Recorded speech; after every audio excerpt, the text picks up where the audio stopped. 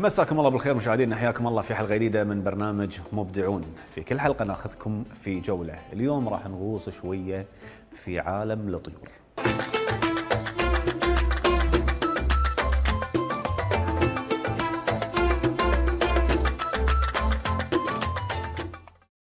باسمكم نرحب بضيفنا في هذه الحلقة عبد العزيز الغامس. مساك الله بالخير. مساك الله بالنور. يعطيك العافية، وانا سعيد بتواجدك معنا اليوم في هذه الحلقة اللي من خلالها ان شاء الله نقدم معلومات مفيدة للمشاهدين فيما يخص الطيور. لكن قبل ما اتكلم انا عن الطيور، خلينا نتكلم عن الفريق الكويتي للطيران الحر. اي نعم، احنا الفريق الكويتي للطيران الحر فريق متأسس عن طريق منصة بادر. حلو. ولنا مشاركاتنا مع الجهات الحكومية كافة، مثل عندنا مشاركتنا في مركز الشيخ عبد الله السالم الثقافي، وفي عندنا اللي هي مشاركة مع وزارة الصحة. حلو. في أكثر من مستشفى، وفي عندنا اللي هي من أجمل المشاركات كانت مراسيم رفع العلم في محافظة الأحمدية. جميل.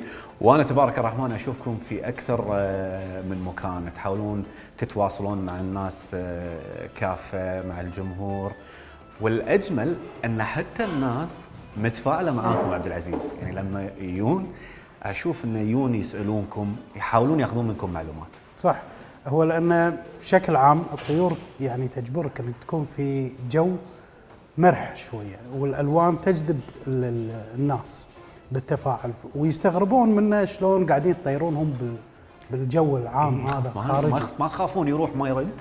والله لا، هذه يمكن من الأسئلة اللي أكيد تتوجه أكيد لكم. أكيد إن ما الطير ما يروح، قل له والله احنا قاعدين وندرب ونمشي في أسلوب معين، وإن شاء الله كل شيء على الله يعني. حلو. الحين إذا بتكلم على عبد العزيز الغامس، شنو اللي جذبه في هذه الهواية؟ شلون دخلت إلى عالم الطيور؟ والله أنا دخلت في فترة غريبة، فترة كورونا. حلو. الناس قاعدة ما عندها على قولتهم نشاطات زايدة. بديت بحث بسيط، قمت أشوف مواضيع فيديو والأمور هذه في يوتيوب، وخذت مع فيديوهات الأجانب شلون يعاملون. هذا وقت عبد العزيز، وقت الحظر الكلي والحظر الجزئي، هالفترة هذه؟ الفترة هذه. حلو. فأنا خذت فيها، قعدت أبحث فيها، وعرفت هني في الكويت أن في شباب قاعدين يشتغلون في الطيران الحر والمجال هذا، وتعرفت عليهم، وبدأت يعني طيران الحر في فترة كورونا. يعني رب ضارة نافعة بالنسبة بالضبط لك. بالضبط. هذه الفترة استغليتها بأنك دخلت في هواية جديدة، تعلمت شغلات جديدة. شنو كان الطير اللي اقتنيته أول طير؟ أول طير كان بلو جولد ماكاو. حلو. وقعد عندي فترة معينة ومات الطير يعني، بس أسباب الموت كانت يعني عمر صغير وتغذية والأمور هذه. فمن هالباب أنا بديت أتعمق بالتغذية وأمور التغذية للطيور. هني تعمقت في التغذية؟ هني تعمقت بالتغذية، بديت أبحث في الفيتامينات، في الأمور اللي تفيد الطير نفسها. حلو. شلون متى أعطيه الفيتامين، متى أوقف عنه الفيتامين، متى أرفع البروتين، متى أنزل البروتين. تعمقت وايد عبد العزيز، لأن نشوف في ناس وايد تقتني طيور لكن يمكن تجهل موضوع التغذية. صحيح. شنو اللي حوله يعطونه بيعطي مثلهم، حتى لو نوع غير.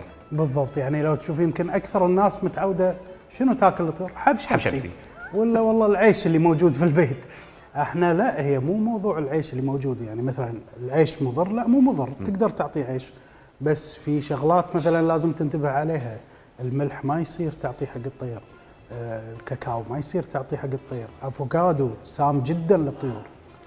معقولة لهالدرجة؟ نعم.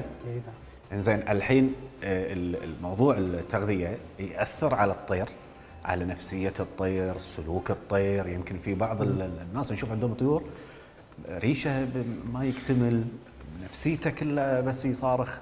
ممكن يكون من التغذية؟ أكيد من التغذية، لأن أنت التغذية اللي قاعد تصير أغلب الناس يعني توكل في فترة كاملة نفس الأكل.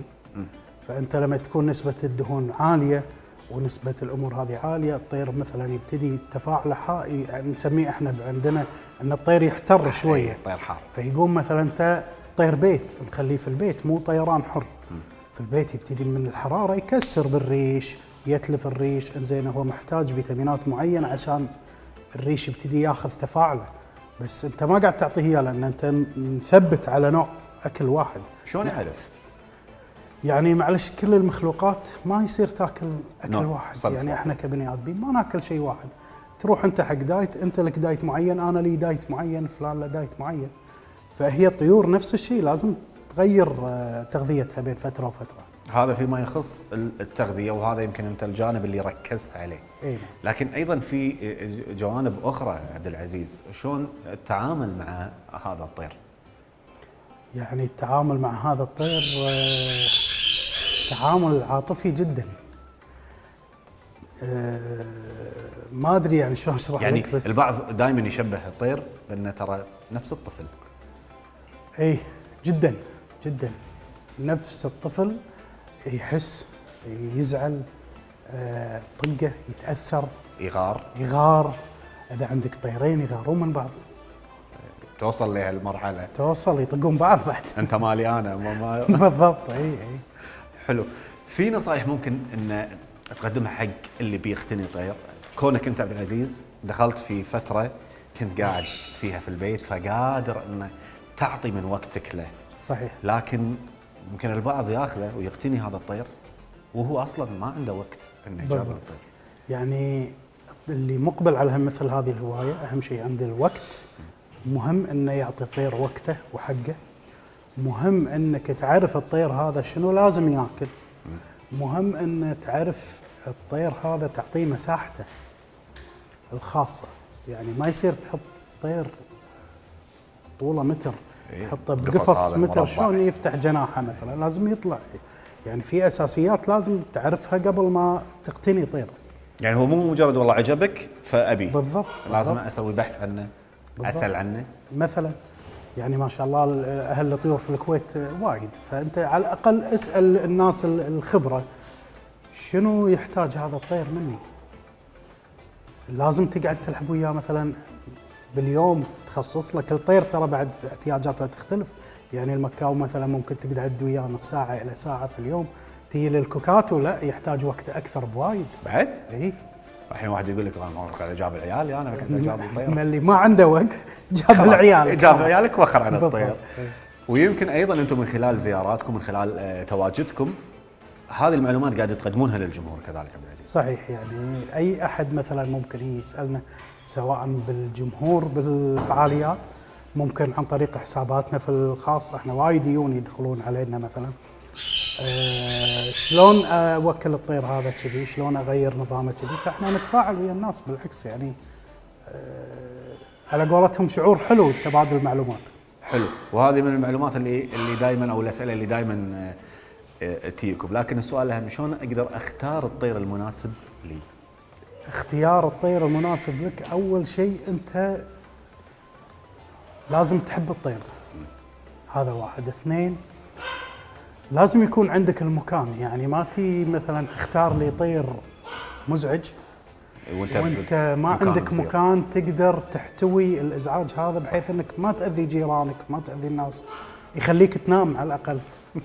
وهذه نقطة جدا مهمة. ياما في ناس شروا طيور ما كانوا حاسبين حسبة الازعاج، تلاقيه بعد يومين ثلاثة يرد مكان ما خذاه. شكرا لك عبد العزيز على وجودك معنا وعلى النصائح اللي قدمتها لنا. وهذه يمكن رسالة للكل اللي حاب انه يتواصل معاكم، يقدر عن طريق مواقع التواصل الاجتماعي الخاصة فيكم. هذا غير اذا لقاكم باي مكان واي ايفنت عام حاضرين، يدعوهم على طول. على طول. شكرا لك عبد العزيز، والشكر لكم مشاهدينا في حلقات قادمة ان شاء الله من برنامج مبدعون.